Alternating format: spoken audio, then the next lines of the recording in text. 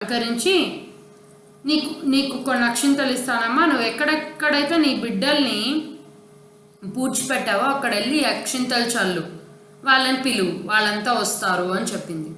అలానే చేస్తే తన 7 పిల్లలు బతికొచ్చారు. బతికొచ్చింది అందరు చూసి ఆశ్చర్యపోయారు, ఇది ఎలా జరిగింది అని చెప్పేసి అందరూ ఆశ్చర్యపోతారు. అందరూ ఆశ్చర్యపోతే ఇది మహిమాన్వితమైన అమావాస్య.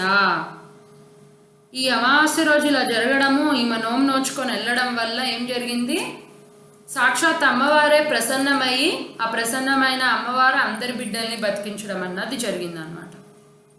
కాబట్టి అటుపైన ఆమె ప్రతి ఏడాది అమావాస్య నోముని నోచుకుంటూ సుఖంగా జీవించింది. ఇది మహిమాన్వితమైన అమావాస్య.